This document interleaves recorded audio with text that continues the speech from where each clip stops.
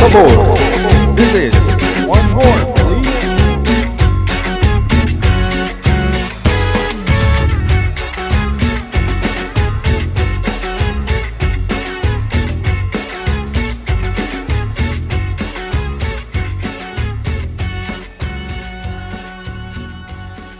Hi, welcome to episode 27 of Otra, por favor.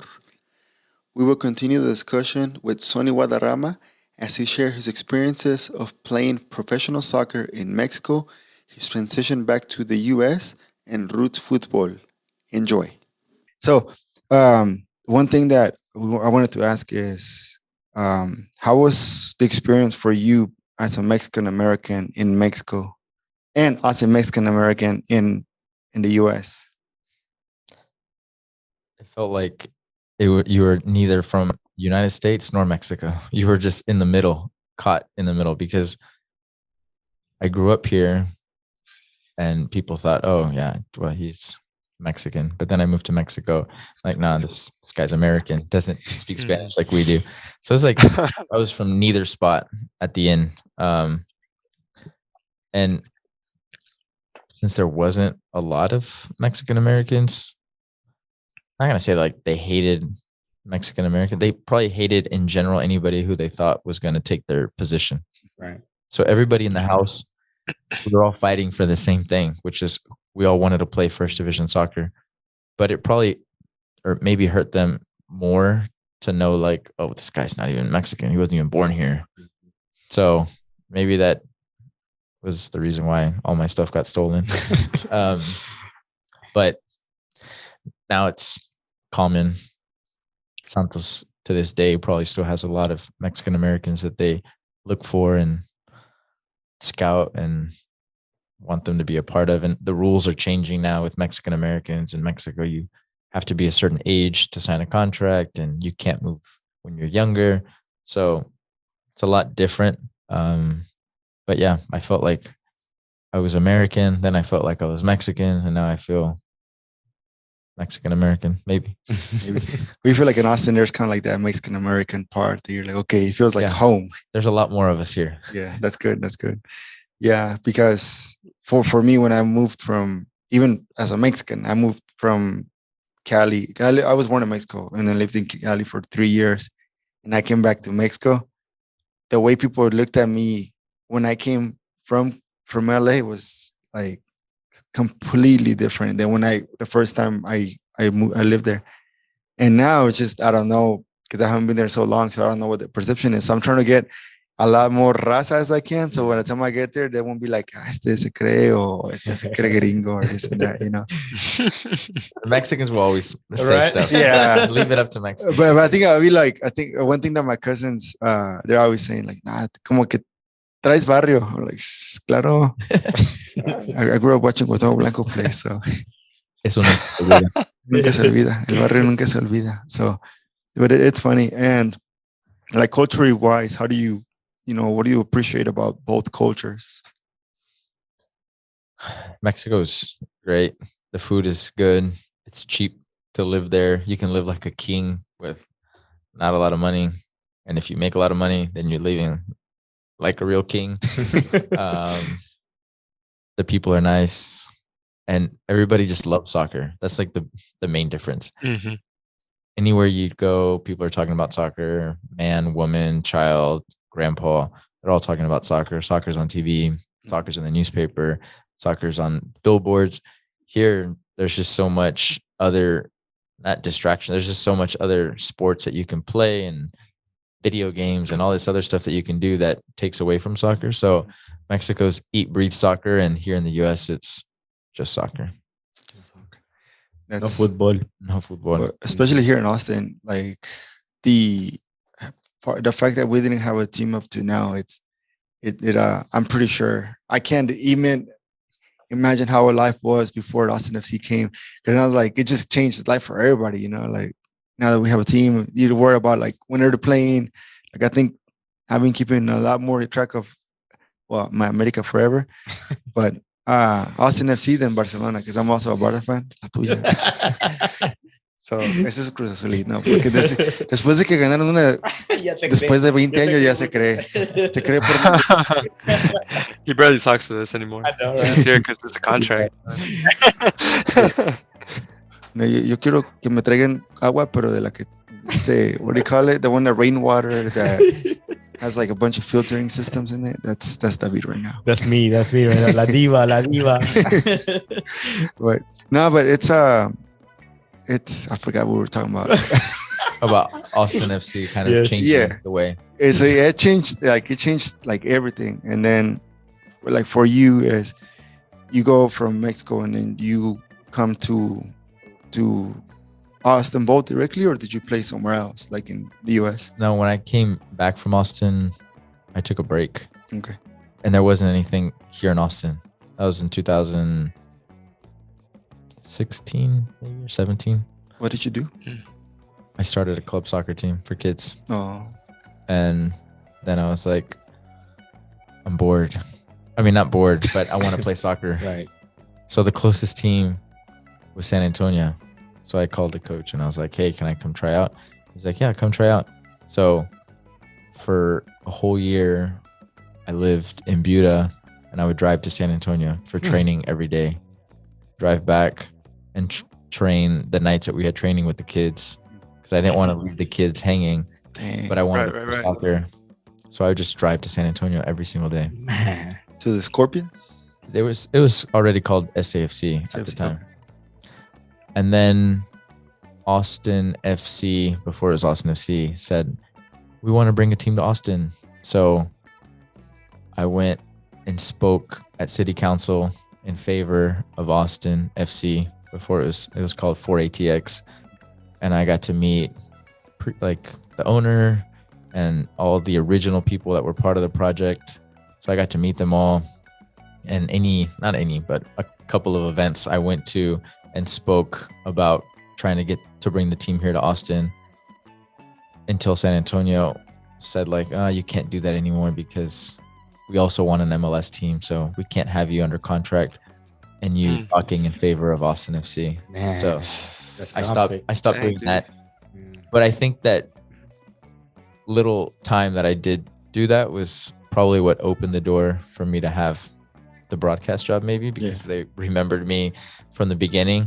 And they were probably like, well, what job could we give Sonny? Oh, we'll just give him a broadcast job. Lo bueno que tan siquiera se acuerdan esos vatos porque me iban una cerveza que they have to refund me, nada. So you went from San Antonio, and because of the whole, you're part of the SAFC, you can't talk about Austin. Couldn't talk about Austin. Politics, corporate stuff, dude. Hombre, aquí hablo lo que quieras, aquí nos vale. Bold said that they were going to have a team, so I was like, let me play for Austin for the first time ever. I played for Austin Bold for 2 years. Then this year I wasn't going to play because I got the job to do this at Austin FC, and I was like, it's probably time to stop playing soccer. But like a month and a half ago, they changed coaches, and the coach was like, hey, do you want to come back and play the rest of the games? I'm like, let's go. Yes. Let's go. So I just made sure that that's great, man. Austin FC was okay with it, and they were like, yeah, you can go play. So I was like, okay, I'll go play. So whenever you tried out for San Antonio, did they look at your resume, or just they already knew who you were and voila? The coach for the team used to coach college soccer when I was growing up. So he wanted me to go to his school, and I was like, no, I'm already going to go to Campbell. So he knew who I was. I knew some of the players. Ever Guzman was on the team. Okay. So Ever Guzman won the World Cup with Mexico, U17. He played with me. Played for Morelia. With me. Se rapó cuando debutó. Luego de ahí ya valió. I don't know that story, but then we played at Mérida together. So I already knew him. He was playing for San Antonio. So I knew some of them, but they probably it's not like they watched Mexican soccer, so they didn't know who I was. But 2 weeks into the team, I was starting already in the scrimmages that they had. So they signed me pretty quickly. So, and it was fun playing for San Antonio. They have a good organization, a nice stadium. People show up to the game, so it was a good experience. Yeah. Yeah. to What a- play here. Yeah. One question that I have is the drive. I'm pretty sure it was tiring, but it was worth Every it. day. It's part of some days I don't even know how I made it. I don't know if I was asleep or awake driving all the way over there, because the coach would make you get there like 2 hours before training. We had to show up like at Wow. 7, and it took like an hour straight with no traffic. So I'd leave like at 6 o'clock in the morning every day to drive to San Antonio. That's when there wasn't a lot of traffic. When there wasn't a lot of traffic. Yeah. There isn't a lot of traffic though going to San San Antonio. Antonio. Coming back. Coming back, depending on what time I came back, is when I would catch traffic. But that's what I had to do to play soccer. There was nowhere else to play soccer, professional soccer. Right. That was the only option. Only option without leaving Austin, since I already had these kids that I was training. I Without wasn't going to leaving leave your them. kids. Yeah. Yeah.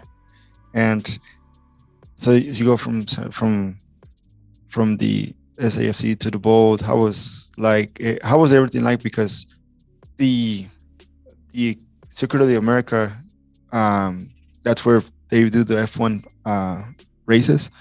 They turned that part into a stadium, and I saw a couple of games, and I was like, man, this is pretty cool, because it went from just being like nothing but grass to an actual like functioning stadium. And you can actually, one thing they can do is there's one part of the field, one part of the stadium where you can actually just be on the fence watching the game like you were watching it in a park. Yeah. That's pretty cool. Now the owner loves soccer. Mhm. I don't know why exactly he's in the F1 business, but his passion is soccer. If you meet the guy, he loves soccer. He plays soccer. He has like a field in his house that he plays every Wednesday, that he invites friends over to play like at his house, pick up soccer. And I don't know why. He's like your typical, like, I don't know, white guy that you would like, this guy doesn't play soccer, but he just loves soccer. Yeah. So, I mean, I'm glad that there's people like that here that are willing to like try and grow the sport out. F1 is a cool venue, being around there, and people that show up sometimes to the F1 to like race their cars or concerts or whatnot. There's just like a lot of stuff going out over there. I wish they would have worked together with Austin FC, but didn't happen that way. And Is it pre-court or the other guy's fault? it's probably- Los dos. maybe both, probably. Yeah. No llegaron al acuerdo. No, una cerveza y de volada. What do you think, okay? No, man, it's I'm actually wondering, what it felt like coming back to Texas after being away for so long. What was that homecoming like for you? It was like I was coming home to a different era. There was YouTube and Instagram and stuff. When I was playing, like, it was still, there wasn't a lot of games on TV. So none of my friends ever watched me play soccer. They just saw like what I would post on Facebook with like a sorry camera, because that's what it That's we what you had. had available. There was like no video uploads, like nothing was Right. going on. So no one ever really saw me play that much, except for my parents. It would be hard to find games until like the later part of my career, and then games started showing up on TV. So a lot of my friends, like, okay, I played in Mexico. I was far away. I'm a professional soccer player, but never got to see me play. So it was fun coming back to Austin and like being in the stadium. Mhm. Before in Mexico, like the ball would roll out of bounds, and if you were on the other team, they would just say whatever they wanted to say, and it was kind of funny sometimes. Like, whatever they would come up with, like whatever, just shaming you to the fullest. So that's what I was used to. But playing for like the Bold and the ball going out of bounds and like looking up at the stands and like seeing people that you actually knew was a better feeling. Yeah. Kind of like, okay, I want to put on a good show for these people because they're Right, coming right. out here to watch, and I want to make sure I do something cool for them to like want to come back. You're having your family there, Chad. Yeah. My family, a lot of my cousins obviously never went to Mexico to go see me play, but everybody in my family at one point at least went to Mexico once to come watch one game. And my parents would come like once a year. to some games, like whatever they could. Mhm. But here they were like my grandma, my grandpa got to come to the That's games. cool. Like everybody Yeah. got to come to the games. Yeah. So it was a much better feeling. And then seeing your grandpa playing in 1978 at Silker, now his grandson playing in Austin in a At a team. professional level. Yeah. Yeah, that's life full circle right there. I'm sure that felt great for him, for He the family. loved going to the games. That's good. That's good. Right on. Y todavía like, how was your dad whenever he will see you in the stands? Like, you see him, like, what was his demeanor? How, like, did he ever say how he felt of you being there? Growing up, he always used to yell loud. It was embarrassing. 'Cause Yeah. English was not his first language, and he would scream in English, sometimes Spanish, and everyone was like staring, like, "Who is this guy? This guy, what are you doing? Do this, do that." But whenever he would come to the pro games, now he wouldn't say anything. But after the game, he was like, "No, I think you need to work on this. You should be using the outside of your foot more. Look for these through balls and whatnot." So he would always try and give me tips. But growing up, he was definitely the loudest person on the field, which was kind of embarrassing. Did he ever get in fights with refs or other coaches? Would I, No, your dad. Growing Did he up? ever? as kids? Yeah. Yeah, all the Yeah. time. That's normal. Yeah. All the It's time. Yeah. All the time. I think, I imagine whenever Chaparro, he has little chaparritos, Imagine. he's gonna be like yelling that. at the referee. I'm gonna be that. Regañando. I'm gonna be that parent. He just be like, ya sabes para dónde va, ¿por qué no te pones Sí. ahí? No, yo creo que por eso quizás Dios también no me ha dado la alegría, porque no. Al Ryan, güey, ahí de ese- Sí, ya se cuenta que sí le grito. you do. We go back, so if we always joke, it's because we already know there's always. Y'all are both from Houston No, I'm from Nah. El Salvador, actually. Oh. I got here when I was 13. to Austin. That's to right. And Austin, yeah. you're from Houston. Wait, LA, Houston, Yeah. then Austin. And then Austin, yeah. Well, Galveston, Houston. I was there for 15 years. In Houston, Galveston? Yeah. It's a long time. So, and actually, like, I got to experience both cities, but I did, like, nothing against Galveston, but I did like Houston more. More than Galveston. Yeah, I mean, because I was born in El Defe, so going to a small Galveston's island for too me was small. just more like, dude, I need, like smog. I need, That You need cool. some city vibes. City vibes. I Sok need, is also from Houston. yeah. Yeah. I was born and raised in Houston. I lived there 18 years, and I came to Austin for college. Went to UT, and kind of never left after that. Austin became the city that I wanted to just live my adult life in permanently. The story of everybody's life. That comes to For Austin. sure. Yeah. They never leave. Yeah. Never I leave. think I would say, well, my wife and I, we met at Gloria's through a mutual friend on her birthday, and then but I've always had an idea like Austin would be a pretty cool city to live. Like, I always just thought about that, but it never really crossed my mind.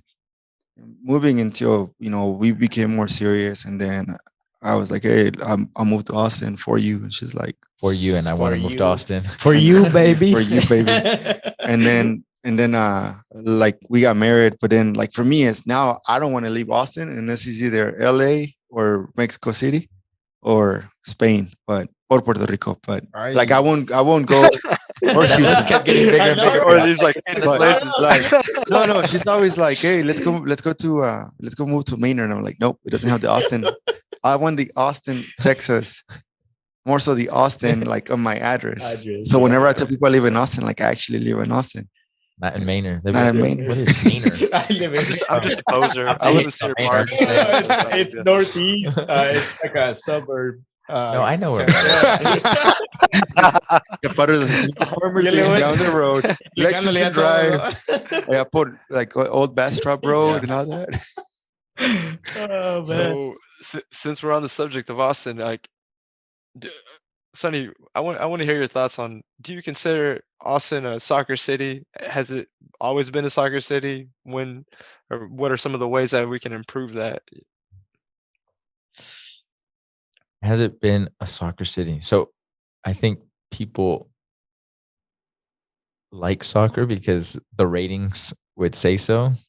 I think that I don't know, during the World Cup, Austin's like one of the cities, like for the amount of people it has, that most watches soccer. Growing up, there wasn't a lot of soccer. So we're a young soccer city that still has a lot of room to grow. Yeah, That's true.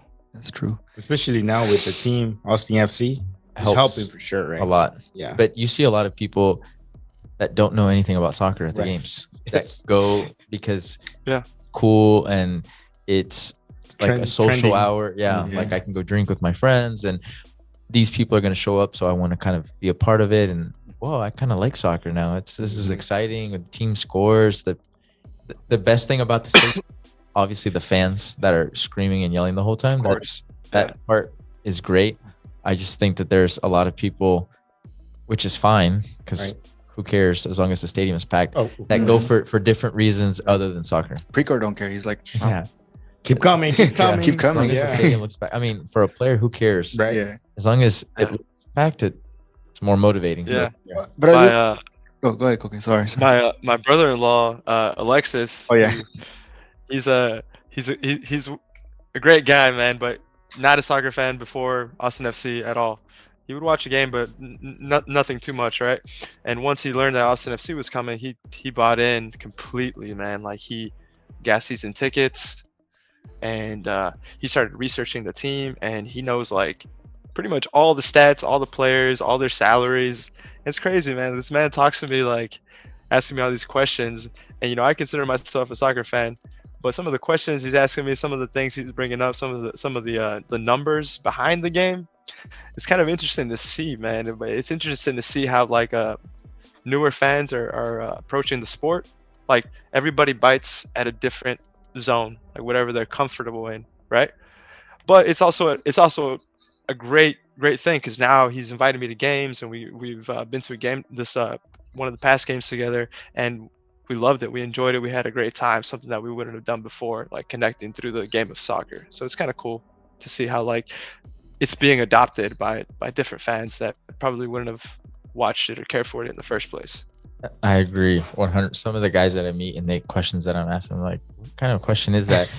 Like what you said about salaries and what this, like, they even know how the salary cap works here in the MLS. Yeah. I just don't Yeah. even, not that I don't care, but that looks like a lot of work that I'm just like, I'm how an it accountant, works. and I'm like, I don't understand how it works and how you can get one player and how much allocation money and you sending it here. Like that doesn't register in my head as like professional soccer.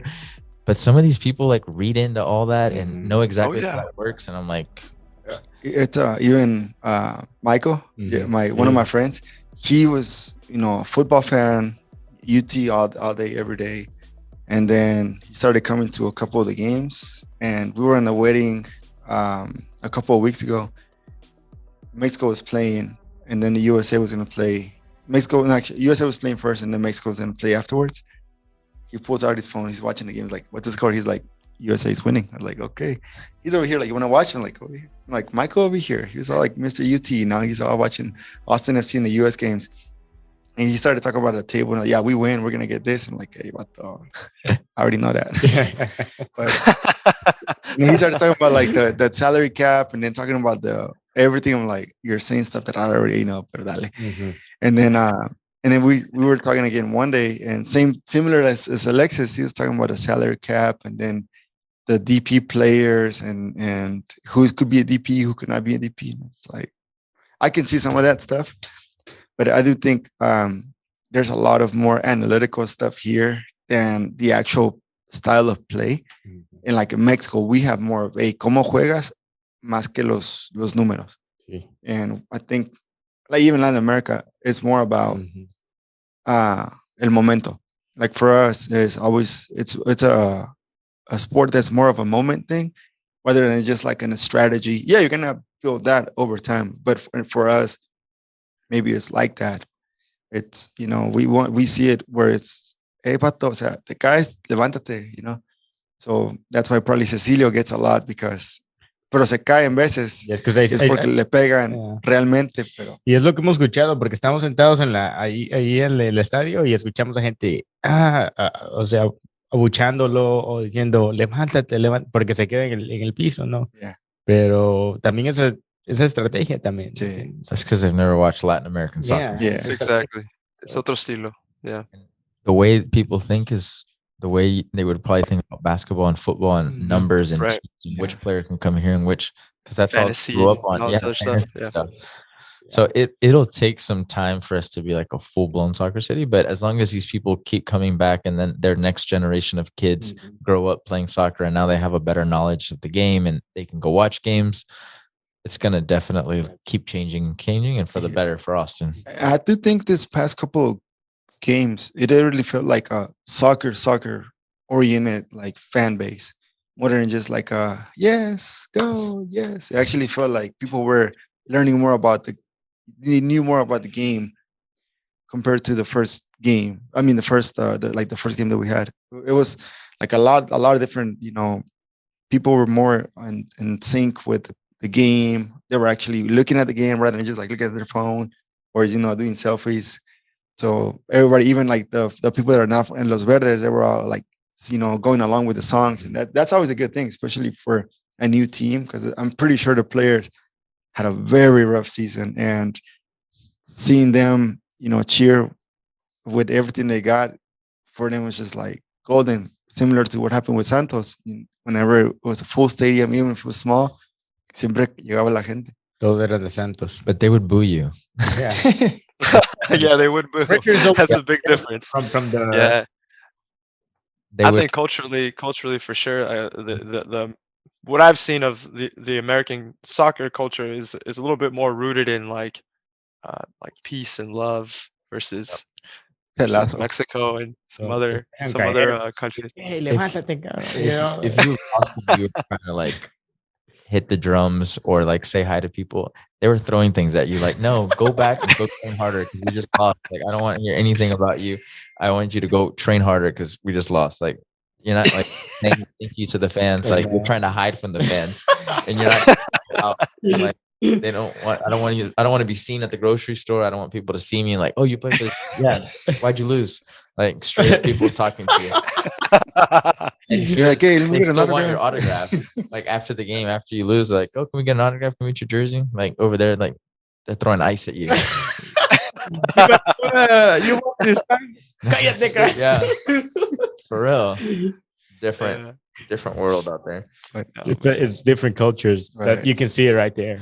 Yeah. yeah, and it's interesting. I mean, we get to see that more, and I think we're learning more of that, especially people that really didn't watch the MLS and how everything was done. Because a lot of people felt like, especially from Latin America, they were like they wanted more like hachazos y barrio. Fuerte, bien. Sí, Mhm. y acá no, es que come on, let's go, guys. Which I mean, I understand that.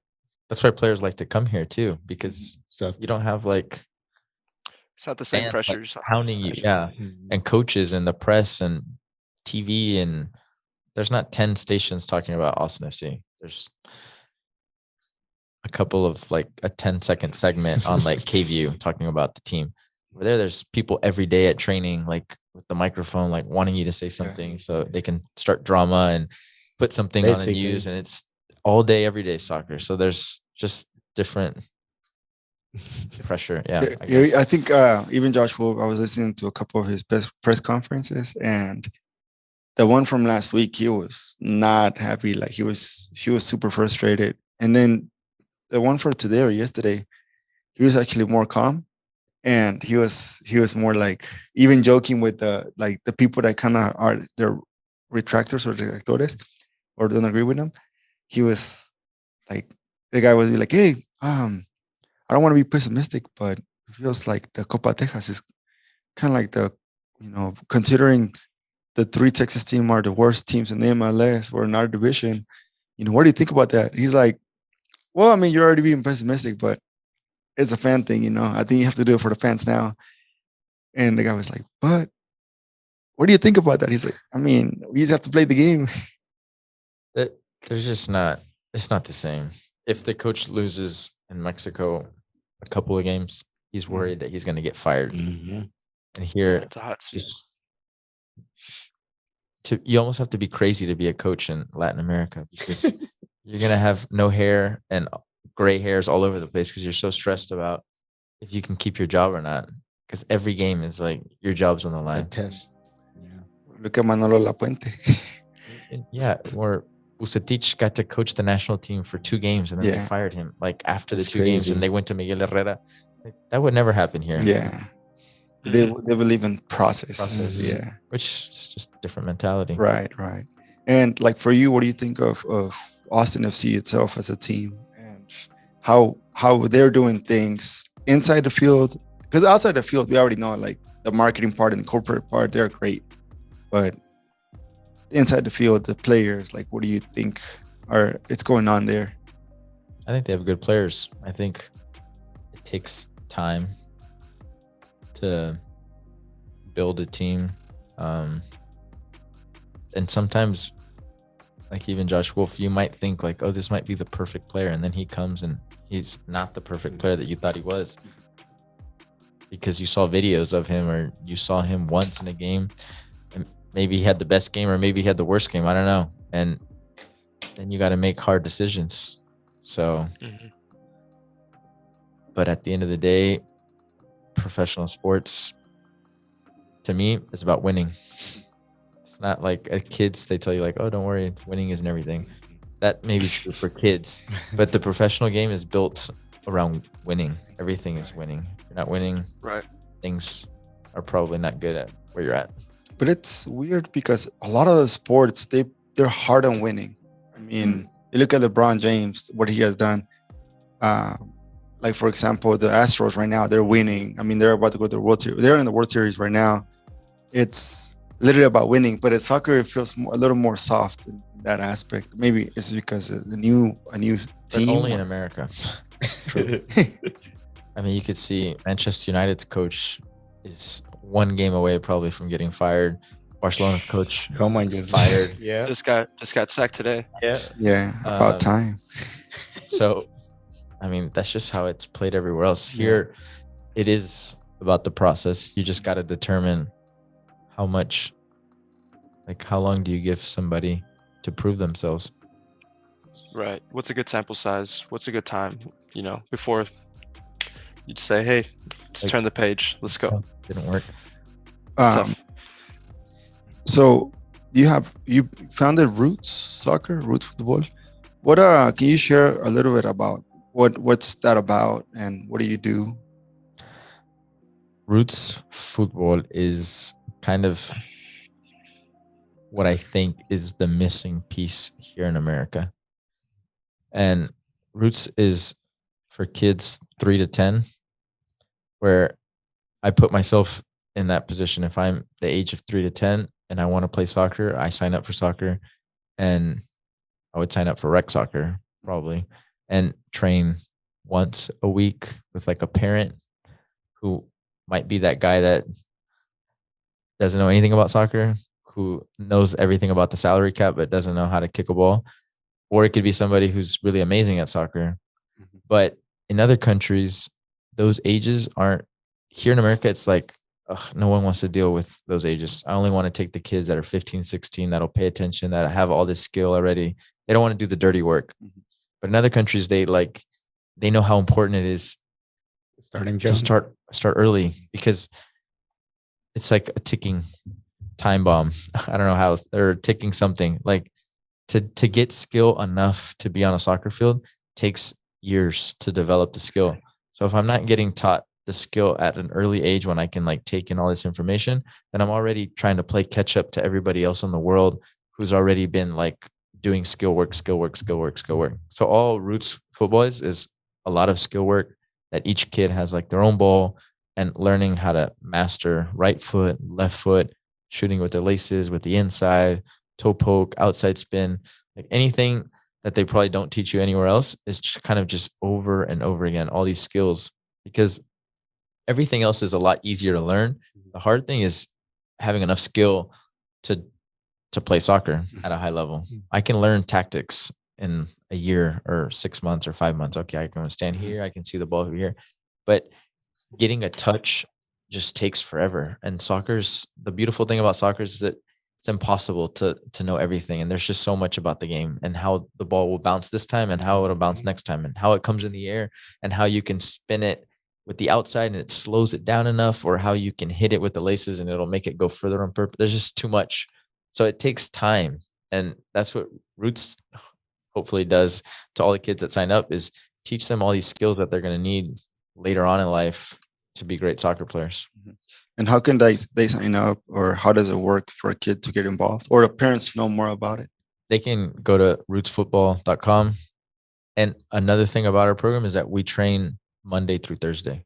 Okay. So it's Monday, Tuesday, Wednesday, Thursday, even at those younger ages, because it's so important to get a lot of touches on the ball. And that's why we want to make our program different than everybody else. Right. And we also train soccer Monday, Tuesday, Thursday, and on Wednesday we let them play another sport. Oh, that's good. Because all my friends that played professional soccer can pick up any sport and will be pretty good at it. Like they all can, if they knew what football was, they would all know how to throw a football. They can all pick up a baseball bat and hit a baseball. They can all pick up a golf club and they can all swing and they can play tennis. And you have to have like a certain level of athleticism just to step on the field.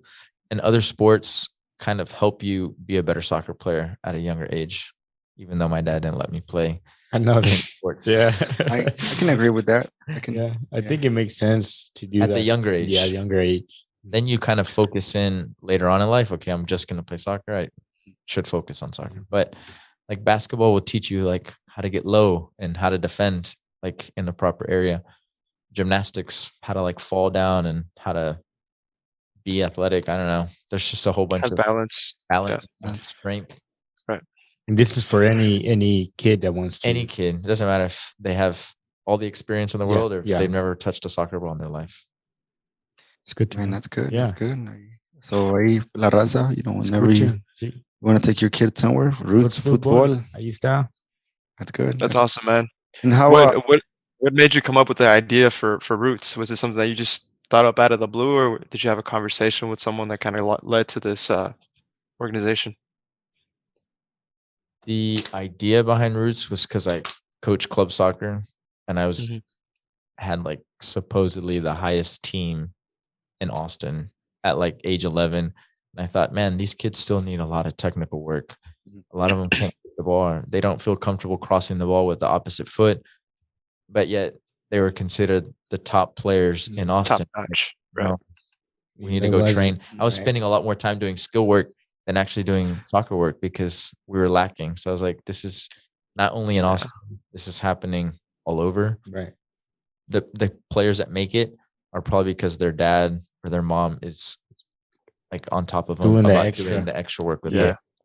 But hopefully Roots will give you a better chance, even if your parents don't do that. And Roots is kind of like the roots in the ground of what makes something like strong, even though you don't see it. That's what the name came out. Great metaphor. Yeah, I was reading a little bit about Arsene Wegener's kind of 4 stages of development, and he kind of describes that the years 5 to 12 is like where you should really focus on that technical aspect, and that's pretty much exactly what you're doing with Roots. It's because it's important and it's a never-ending thing. They say like 10,000 hours to be an expert, but not for soccer, because you can use everything but your hands. So like what can do with like putting a pass on his back, like who can teach that? I mean, we laugh about it, but not everybody's willing to try something like that. Soccer's never ending. There's too many people on a field with everybody's mind making a decision at the same time that it's it doesn't look anything like football or basketball. There's no other sport like it. Every other sport stops and has more of like set plays that you can do. Soccer is just a free flow, and there isn't really position. Like you're in a starting position, but you're not stuck to that position. You can move kind of wherever you want to go. Every other position, you're like limited to where you're on the field. So that's why I love soccer. You'll never master it, and there's always something that you can get better at. That's good. A beautiful game. Yeah, Very organic. It's a beautiful game because everything can start from just one simple pass that builds and builds and builds and builds, and you continue it. There's no like, oh, you can't hold the ball for more than 24 seconds. If you can hold it for 24 can hold seconds, I'm it y te impressed. cae. Well, I mean, like, Someone's gonna like take as you a out. team, no, no. But like as a team, like we were Yeah. passing and playing, not by yourself, no, hombre, ni tú. Ahí Me caes con este todo. coque llega y te pega y luego yo te levanto y estás bien. Yeah, no, right? Which has happened. Awesome. One thing that I want to ask you is, what are your plans for the future? And well, I have two questions. One is, what are your plans? Are you gonna, besides Roots, personally, are you gonna go try to become a coach, or because you kind of have that coaching mentality. You see a lot of things that a lot of people probably didn't get to see, and you experience a lot of things that and a lot of people would say sometimes, like, say, your career with everything you learn, you want to show it to people and learn, like teach everyone you can, and that's what you're doing. Are you gonna try to become a coach in the future, like professionally, or? I had really good coaches in Mexico. I had Daniel Guzman. I had Tena, who won the Olympics. I had Piojo, who went to the World Cup. I had David Patiño. I had Jaime Ordiales.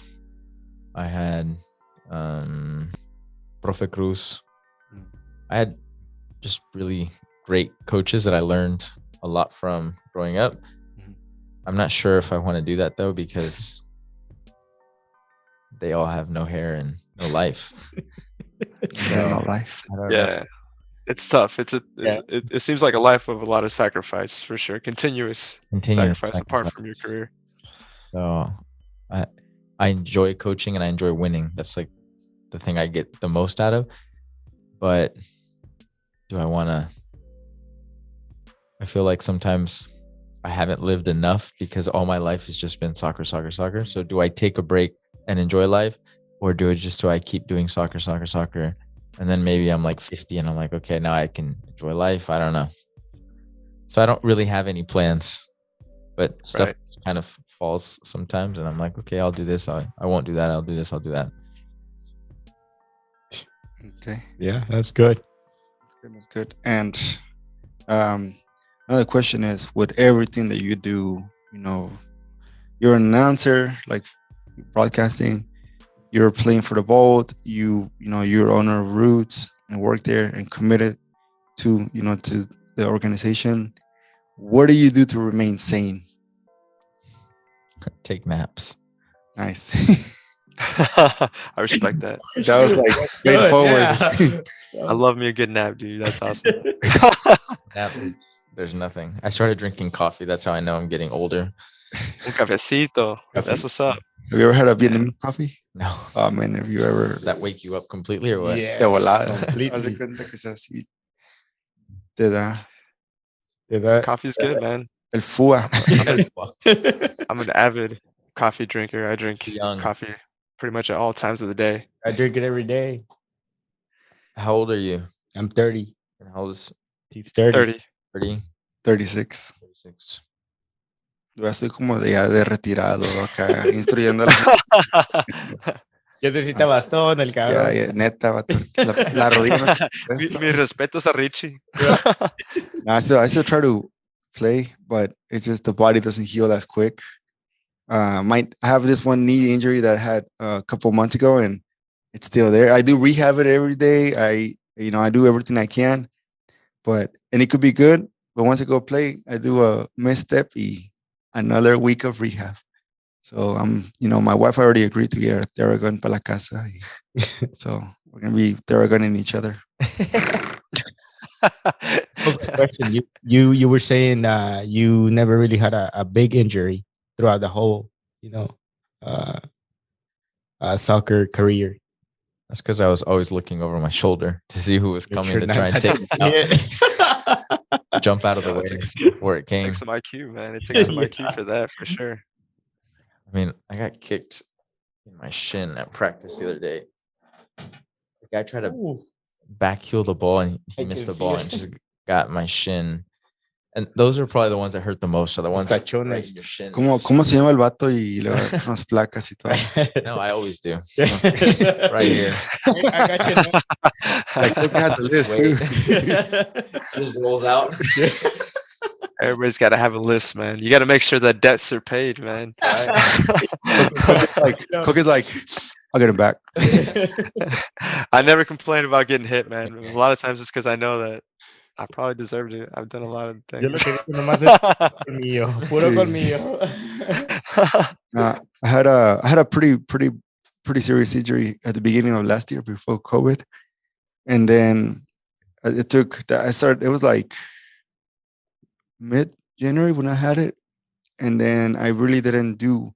I still stayed active and did like a half squat or just to rehab it and not stay like que se ponga tiesa, and then that helped. So I would say back right before the pandemic, I started playing. I showed up just to pass the ball. And así que I'm like, I had to I let myself down onto the floor. Whenever your fighters no quieren pelear, I'm like, nah, I'm just gonna go. Es el miedo. Yeah. It's like, after that, and then later on, I got healed. And vamos a darle. Ahora sí. But no, it's now we love the sport. Like part of why we started the podcast was to talk about soccer, of course, but to talk about like the behind the scenes of a lot of people that don't get to hear. And even different subjects. It's not necessarily just about soccer. So like we do appreciate you coming.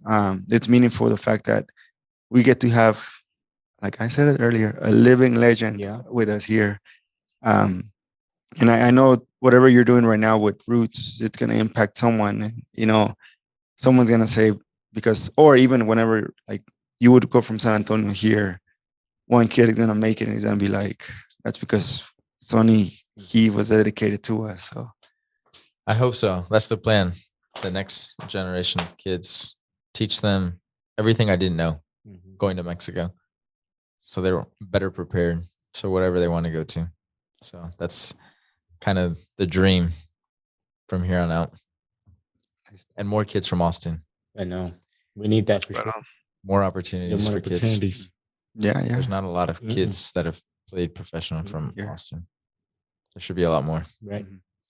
I mean, we have the resources and everything. So I think now there's no excuse. We just need the fields. So that's if you're here, City right? of Austin. Yeah, please. Adler. Yeah, for sure. Vanessa Help us Fuentes. out. Yeah. If you're listening to this, Help us out. Is there anything you need from Otra, por favor, to help in the cause or anything you need? Un ride un día. If I'm ever in Torreon and I need a ride to the city. They can go to Mexico. I can go, but not come back. So you'll pick him up. I'll meet you at the border. I'm over here with a flashlight. El coyote. Richie. No soy coyote. Yo no soy coyote y virus. No se crea. Estoy sudando ya. No, Sonny, appreciate it. Guys, anything you guys want to add? Hey, I just want to say thanks so much for taking the time and coming over here and having this conversation about your career and everything, and we just appreciate what you do. So thank you for having us.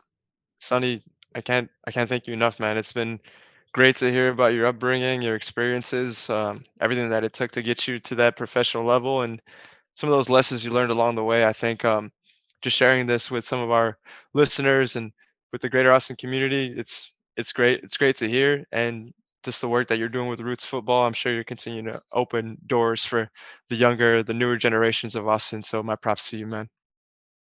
Thank you, guys. If you ever need anything. Man, we need players. On Fridays. Friday league. Place, right? We're going to bring Sonny. Oh, Sonny, yes. I can tell you one thing. The day I stop playing, I won't play anymore. You won't ever? Hang up the boots for good? It's not fun. It's only fun if I'm playing for serious. Right. I can't. You can't switch it off. My mind doesn't want to compete, and I'll probably end up getting into an argument with somebody, or first person that hits me, I'll be upset and take it personal, or just not pass the ball and score, and I don't know, do something, because it's not I don't know how to play soccer for fun. Yeah. Look at I'd rather play Bailey's on kickball. at Bailey's on Tuesdays and Thursdays. We have all types of personalities, and we can all welcome you. Anytime. Very diverse for sure. Very For diverse. soccer. So yeah. yeah. So we're super laid back. Yeah. We can get competitive. We can una Chill. carnita asada. Yeah. But we can also like, si quieres enojarte, te podemos hacer enojar. I don't want to. At the end of the day, it's all love, man. Yeah. Yeah. We respect each other, and Right. it's a good time. It's a good time. But man, really great to hear from you, man. You had a lot of great advice for the younger generations and for just anyone in general that wants to succeed at anything. So appreciate it, man. Thank you guys for having me. Thank you. It's a And pleasure. no, Yes, sir. it's likewise. And thank you for everyone that's listening to this episode. We'll see you guys soon. And David, ciérranos. Sí, acuérdense, por favor, síganos allí en otraporfavor.com. En Instagram estamos, otra por favor. Acuérdense de escuchar el episodio, seguirnos y sigan pendientes porque vienen cosas nuevas. Sí. Y Coque, we miss you. I miss you guys too. I can't wait to be in person. Ya está. Appreciate you guys. All right. Y'all take care. Thanks. All right, man. Cool.